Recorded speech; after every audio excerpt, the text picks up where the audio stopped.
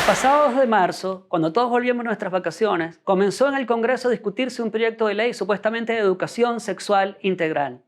Se trata del proyecto contenido en el boletín número 12.955-04, presentado por diputados del Frente Amplio, 2 diputados demócratas cristianos, una del PRD, una del Partido Socialista y, como una curiosidad, un diputado UDI, Jaime Belolio. De aprobarse este proyecto, quizás refundido con otros proyectos que reposan en el Congreso, los chilenos sufriremos una violencia de Estado como nunca se ha ejercido en este país hasta la fecha. Lo que se pretende con ese proyecto es nada menos que corromper a los niños de Chile en las escuelas y a las maestras de Chile en la universidad. Digo corromper porque es una corrupción el ver como si fuera normal el tener actividad sexual fuera del matrimonio y promiscua, como si el único problema que hubiera que considerar fuera el sanitario o el demográfico. Ya antes se ha intentado esto, pero ahora se hace de una manera mucho más profunda y devastadora, haciendo uso de la ideología de género.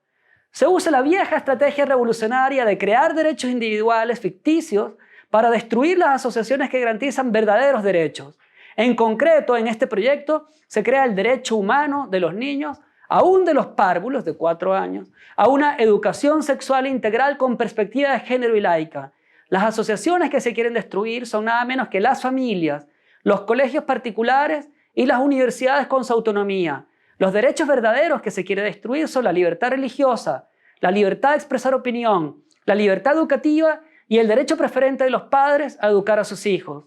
En efecto, se quiere imponer de manera forzada a todas las escuelas, públicas, privadas o antiguas subvencionadas, con cualquier ideario que sometan a los niños, aún a los párvulos, a cursos en los que se les haga creer que es bueno tener actividad sexual a cualquier edad y que hay géneros diversos del masculino o el femenino, nada menos. Contra la voluntad de los padres se quiere que los niños piensen que está moralmente bien, no simplemente sentir una atracción homosexual o lesbiana, sino actuar basado en esa atracción. Y que el hombre no tiene por qué ser hombre, ni la mujer tiene por qué ser mujer. Como si el hombre, cual un dios mortal, pudiera alterar lo que todos los grandes maestros de lógica han considerado una propiedad del individuo. Para justificar esta agresión se apunta a algunos problemas reales, como que en Chile, según las estadísticas de los proyectistas mismos, 90 niños por cada 100.000 habitantes sufren delitos de violencia sexual, muchos de los cuales en el seno de la familia. Con esa base se concluye, comillas, el espacio que debiera ser el de mayor seguridad se convierte en el más peligroso para niños y niñas. Esto es cita textual del proyecto. Y acto seguido se pasa a abolir el derecho preferente de los padres a educar a sus hijos y a imponer a padres e hijos la aceptación de una ideología muy discutible, la ideología de género, como si fuera un dogma científico o más bien religioso. Es la típica estrategia marxista. Se denuncia un vicio real, se generaliza, se atribuye a una institución y se propone la abolición de la institución. 90 de cada 100.000 habitantes es un 0,09% de la población. Habría que preguntarse qué porcentaje de los niños del Sename sufren violencia sexual o de otro tipo, o hacerse muchas otras preguntas antes de concluir aceleradamente que la familia es el espacio más peligroso para los niños. Yo les voy a decir, en el sector público chileno se da una violencia sistemática contra los niños que ese sector debe proteger. Así lo establecieron la ONU y la PDI en diciembre de 2018. Esto no ocurre sino en un número marginal de familias chilenas. Además, el supuesto remedio que propone el proyecto no haría sino agravar el problema del abuso sexual de menores, pues legitimaría una falsa actividad docente que, al derribar los aspectos psicológicos de las barreras morales, afectaría en profundidad las tiernas mentes de sus víctimas y haría más difícil detectar otros abusos que eventualmente pudieran sufrir los niños. Pero la revolución y sus impulsores no se hacen más preguntas, porque su interés no es la verdad o el bienestar de los niños.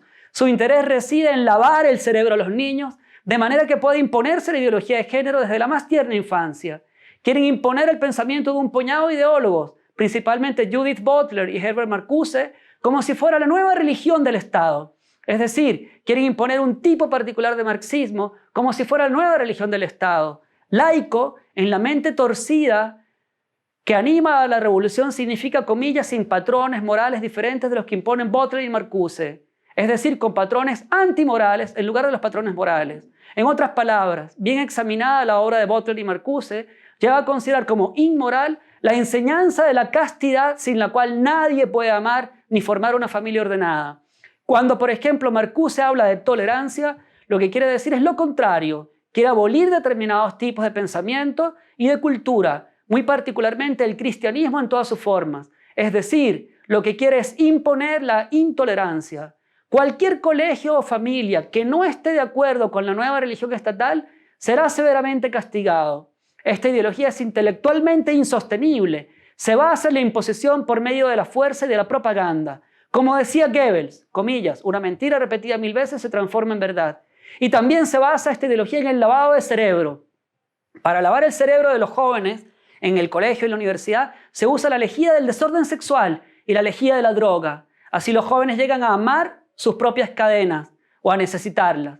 Si los revolucionarios quieren corromper a sus hijos y educarlos en la ideología de Butler y Marcuse, son libres de hacerlo, para desgracia de esos pobres niños, pero no toleraremos que corrompan a todos los hijos de todos los chilenos.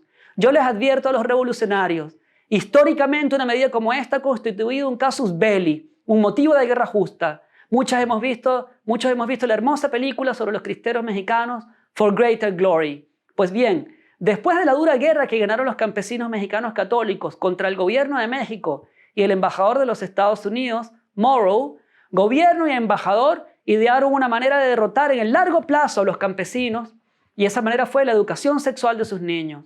Pero los campesinos lo entendieron bien y emprendieron otra guerra, la segunda, con la consigna: no toleraremos la corrupción de nuestros hijos.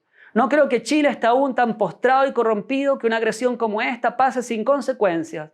No creo que los padres y madres chilenos vuelvan a confiar su voto a candidatos revolucionarios al Congreso, aunque sean miembros de la UDI. Se acusa a la Iglesia Católica de ser intolerante y opresora, pero jamás en la historia la Iglesia autorizó a la conversión o al bautizo forzoso de los niños contra la voluntad de los padres, a pesar de que la mitología ilustrada ha difundido esta calumnia junto a todas las otras. Nunca la Iglesia lo autorizó. Los verdaderos opresores e intolerantes, los verdaderos fanáticos enloquecidos, son los neomarxistas que quieren imponer a sangre y fuego su basura de género a los niños y violar el derecho preferente de los padres a educar a sus hijos.